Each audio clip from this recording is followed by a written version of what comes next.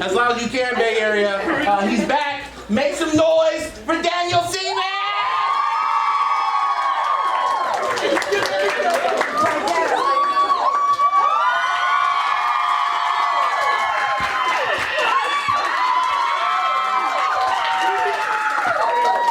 What the heck? Are we gonna hug? Oh, no hug? That's like the fifth hug. Yeah, we like to hug a lot. Good afternoon. Holy moly, thank you all for showing up. It's good to see some familiar faces too, and thank you all for being here. So many familiar faces. Yeah. It's crazy. I like your little bandana, by the way. It's cool. Yeah. Really cool. So first things first, make some noise for his debut solo album. Second win. How does it feel to finally have that album out for the people, bro? Oh my God, relieving. Took a little longer than I expected, but it does feel exactly like what it's supposed to be, and it's the first thing I'm really proud of. So I'm so happy it's out, and really excited for the show tonight, and just to finally. Last time I was here, I had like 2 songs out, and so they're like, we know. We couldn't sing along the whole show.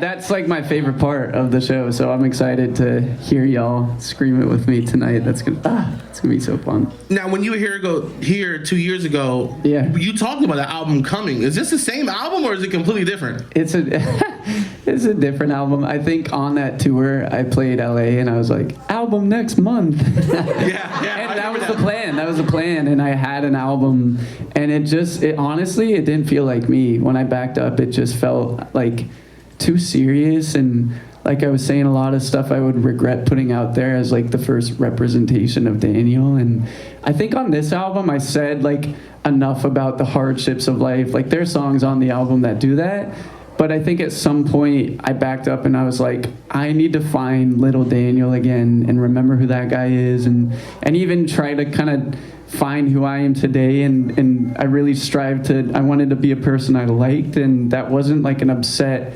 angry, stressed person. And a lot of the songs felt like that, so I kind of scrapped that whole album. And then Second Wind just like came out of the air that next year. I was just having so much fun in the studio, and I feel like you can hear it on some of the songs. So yeah. Well, we love to see you happy, bro. Thank you. I love to see you all too. See you all happy. I would be whack if I didn't talk about the fact that we're a couple of days removed from the 6-year anniversary of 8 Letters San Jose. Wow. Hitting the Bay Area. Are we now? 6 years? How many of y'all were there at that show? Oh, now, you're still here? Thank you. I have to, even though she's nodding her head no, not to mention this, I mentioned it to the group a little bit earlier, but do you remember me running into you backstage before the show started? You gotta remind me. Sounds like there's more to this. You didn't have any pants on. Okay. And then what happened? Yeah. So one of my day ones, one of my homies, she's been listening to me since she was in middle school, and I actually gave her one of the backstage passes, and we went back there because we were gonna say hi to Brent Elliott, and then we were gonna say hi to Brent, and then we didn't see. Here I come. Here you go. Shirt, boxers, socks. So unprofessional. Yeah. I'm sorry you had to see. Well, that's Karina. She was there.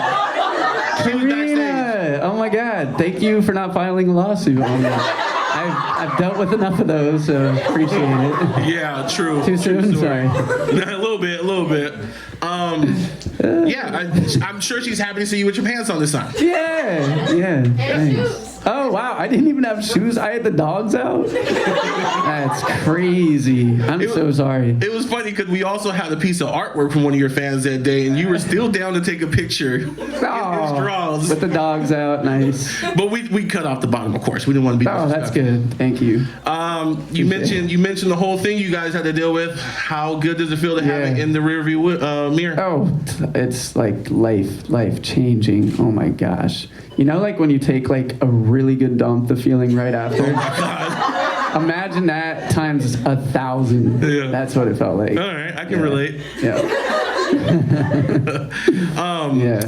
Yo, so I was talking to you a few minutes ago back there about how you've been hanging off the rafters during the tour. Have you figured out a spot at the Fillmore tonight in San Francisco that you can do the same thing? I haven't been to the venue yet, but honestly, like, it's been a lot less rehearsed this time around. It's more of like the intrusive thoughts just taking over. The other night, it almost went really wrong. We were in Santa Ana, and there was like a lower level of the venue, and then like a big handrail guarding that lower level, and then the next level. And I decided to walk on the handrail, but I was wearing these boots, and they were like slipping around this little rail, and I walked on it, though it worked out, but like I was like halfway through, I was like, this better go okay. Like, yeah, for sure. So. Be careful, bro. If he slips now, y'all gonna catch him? We're good? Yeah. The Bay will not let you fall down, bro. I just saw a video of, the Dare. Yeah. He tried, did you see him try to stage dive? That's gonna be me tonight. That's gonna be me. Please catch me. Please. Got you. The next artist we have coming into the studio, and this is kind of breaking news for those of you that don't know, you kind of mentioned this person last night. Actually, you covered their song at your show last night. Oh no. What's this whole thing you got going on, Role Model? Oh man, yay! Ask him, Reid. Ask him. Can I just clear the air too? Everyone else is the bandwagoners here. I've been a fan since like 2019. You can find the videos where I've been supporting bro, so I don't know why he blocked me, but I love his style, I love his music, and I stopped wearing baby tees, so maybe that's the reason he blocked me. Unblock me if that's why, please. But, so the whole thing about you getting blocked is There's nothing true. Here. There's no beef on my end. I love his music, so. Okay. Yeah. All right. Well, there you go. There's no beef. You even got a nickname, Tuck Tuck, for him. Yeah. I thought that was cute. And you know his song. You know the music. I think it's a great song. No, it's a great song. Yeah, it was fun to cover too. All right. Yeah. I love that. See, Thanks. he opens up and tells you guys the real stuff. Yes, You're probably gonna, tell me about this back there. After this is all over, but it's all good. I had to ask the question. You know what I mean? I think that's the first petty question I've ever asked you. I love it. Yeah. No, you're gonna hear from my lawyers. I'm just kidding. I'm done with the lawsuits. I told you. Yeah. No more of that. I had a joke, but I'm not gonna say it. I'm gonna leave it alone. Look, dude, we're so happy to have you here. Thank you, man. I mean, I said this a little bit earlier, but I wanted to say it in front of your biggest fans debate, because you guys are the biggest darlings, right? guys Still rock. darlings? Yes, sir. Yes. You guys really do rock. I'm so happy to be here. You played such an instrumental role in me here at 99.7 Now, because as you guys know, for those of you that have been listening forever, I was just a weekend guy. And me being more of a hip-hop, Bay Area, on that side of the water kind of guy, it was kind of hard to transition into the pop area. But the reason why it worked out so well was because of you and your brothers of Why Don't We? Oh, man. Were we going to touch toes? I'm down for it. No, he's had our backs obviously to a ton, so thank you for that. Seriously, like the support you have given us and just everyone in the Bay has been unreal and life-changing, so thank you. Absolutely, bro. We appreciate you. Make some noise for Daniel Seavey. Thank you.